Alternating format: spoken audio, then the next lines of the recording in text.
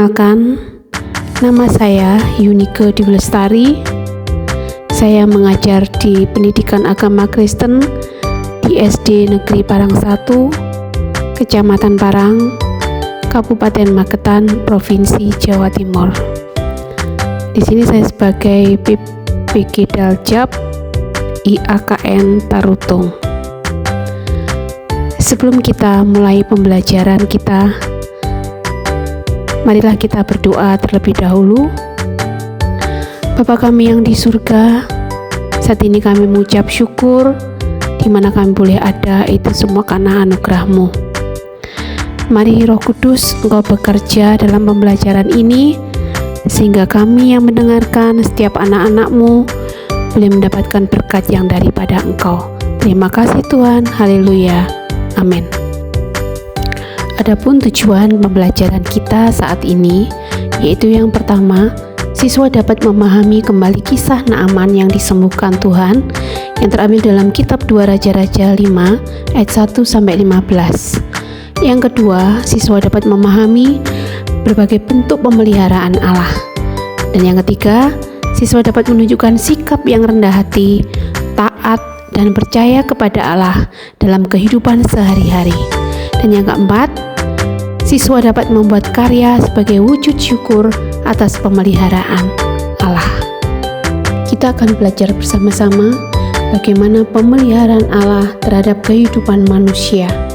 Bagaimana Allah memelihara semua orang dengan cinta kasih-Nya tanpa membeda-bedakan begitu latar belakang, begitu kepercayaan, suku bangsa, tetap Allah mencintai semua orang.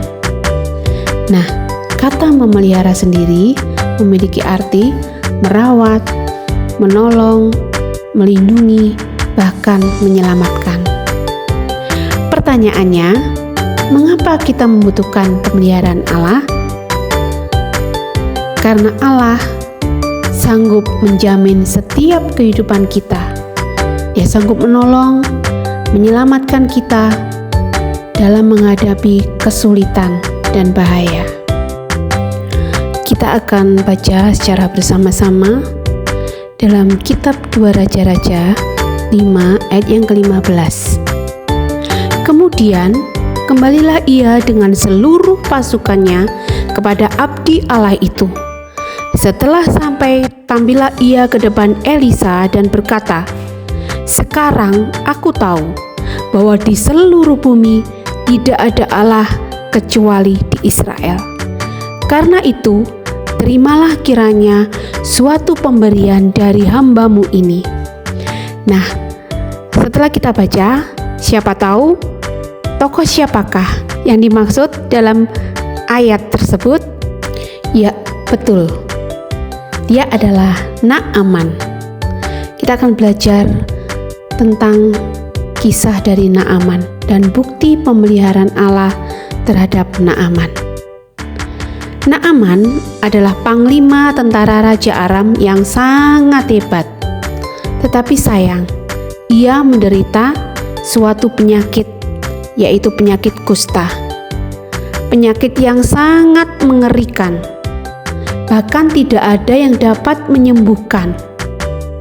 Sehingga orang yang terkena penyakit kusta ini biasanya dikucilkan atau mereka tinggal di gua-gua. Karena dianggap penyakit kusta yaitu sebagai kutukan Allah atas setiap dosa-dosa manusia.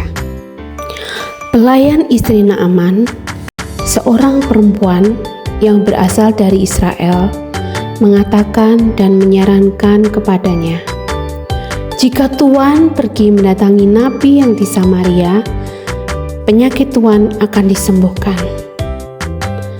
Naaman taat kepada anak perempuan pelayan lagi. Karena apa? Karena rasa ingin sembuh terjadi atas setiap kehidupan Naaman. Akhirnya dia datang dan menemui Nabi Elisa.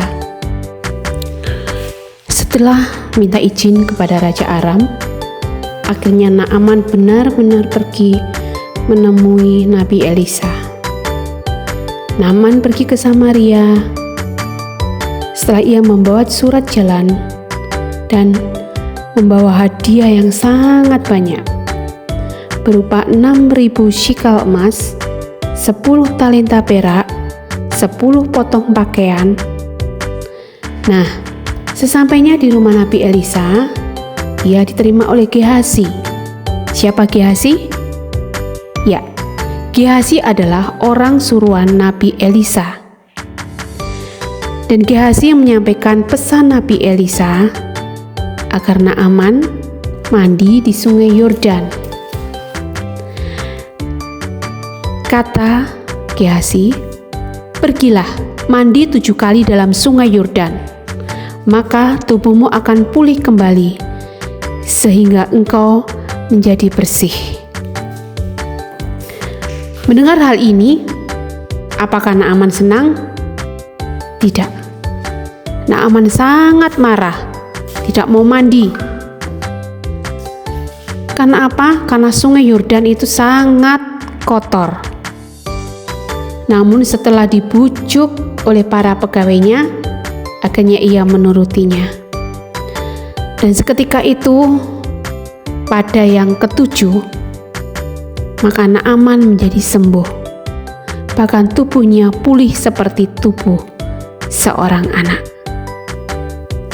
Naaman sangat bahagia.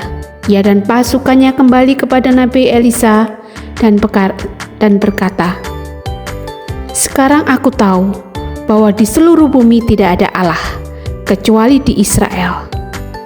Ia mengakui bahwa Allah Israel penuh dengan kuasa. Kuasa Allah yang menyembuhkan Naaman, menyadarkan untuk tidak menyembah Allah lain. Naaman ingin memberikan korban persembahan hanya kepada Allah. Allah memelihara setiap orang. Kita dapat memahami pemeliharaan Allah saat kita berdoa dan sudah dijawab oleh Tuhan. Kita juga dapat mengetahui pemeliharaan Allah saat kita membaca Alkitab. Dengan mengerti firman Allah, kita akan memahami kehendak dan rencana indah dari Allah. Sama seperti kehidupan Naaman. Apapun dia lakukan, apapun dia korbankan, agar kesembuhan mujizat Allah itu terjadi dalam setiap kehidupan Naaman. Dari kisah Naaman, kita dapat simpulkan bahwa Allah dapat memelihara hidup manusia dengan cara yang ajaib, dengan cara yang luar biasa. Pemeliharaan Allah itu nyata ketika ada iman dan ketaatan. Contohnya bagaimana iman Naaman yang dia mau benar-benar mengalami suatu kesembuhan, dan ketaatannya ketika seorang panglima besar harus mandi di sungai, bukan hanya sekali tetapi 7 kali. Naaman taat sehingga Naaman boleh mengalami kesembuhan. Allah yang sama juga dapat memelihara hidup setiap orang percaya kepada Allah kalau kita juga memiliki iman yang kuat, iman yang teguh, dan ketaatan yang luar biasa kepada Allah. Terima kasih atas perhatian dan kebersamaannya dalam pembelajaran kali ini. Kiranya firman Tuhan yang sudah kita pelajari, yang sudah kita renungkan hari ini semakin meneguhkan iman dan percaya kita kepada Tuhan. Bagaimana Tuhan bisa bekerja lewat apapun juga. Percaya, taat, dan lakukan. Sebelum kita mengakhiri pembelajaran ini, marilah kita berdoa. Tuhan, terima kasih jika kami sudah belajar bagaimana pemeliharaan-Mu yang luar biasa terhadap kehidupan kami, setiap orang percaya. Kita percaya juga Tuhan bahwa saat ini Kau juga memberkati dalam setiap setiap kehidupan anak-anakmu yang mendengarkan pembelajaran kali ini. Kiranya pemeliharaanmu atas